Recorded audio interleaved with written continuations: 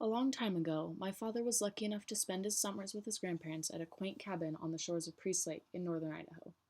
When he met my mother, they went up to the lake together and spent time at that same cabin. This cabin was sold before I was born, yet the tradition of spending the summer at the lake continued even as my great grandparents passed away. My family bought a red and white camper, and my parents camped in the lap of luxury while my sister and I shared a tent. Every morning we were woken up early because the heat from the sun became unbearable around 7 a.m. I cherished those mornings in the tent. After a while, we ditched the camper and got a trailer big enough for all of us. Now we were all living in luxury and enjoying every minute of it. When we weren't sleeping, we were out in the boat, hiking up the nearby mountains, or enjoying the beautiful days of summer at the beach. Every year for 2 weeks, days were free and endless. We hiked to the top of Eddy Peak one sweltering day when I was 7, a horribly hot day with a horribly steep trail. After what felt like a day later, we arrived at the top, and the view was worth the struggle.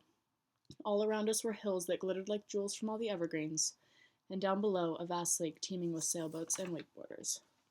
The next year, we backpacked to Standard Lakes, two lakes that were a tedious 8 miles up in the mountains.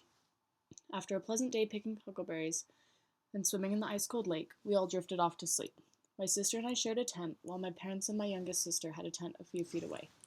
Out of nowhere, a vicious windstorm picked up every grain of grimy sand from around our camp and whisked it into our tents, our sleeping bags, and our eyes. It was miserable, and that's when the thunder started. My terrified sister grabbed onto me for dear life, as if the thunder was going to swallow her whole, and yelled for my father. The three of us huddled together as the storm passed. We continued our backpacking adventures each year that we spent at Priest Lake. A couple more years passed, and we traded the trailer for something we could haul the dirt bikes in. My parents and I would wake up at the crack of dawn, leaving my two smaller sisters to sleep in undisturbed, roll our bikes out of the campground as to not break the quiet hours rule, and go right up the ill-maintained mountain roads. If huckleberries were spotted, my mom and I were on them, ravenously. We filled water bottles and milk jugs, stashing them in our backpacks for the ride back to the camp, where she and I would prepare huckleberry pancakes to share with the rest of the family.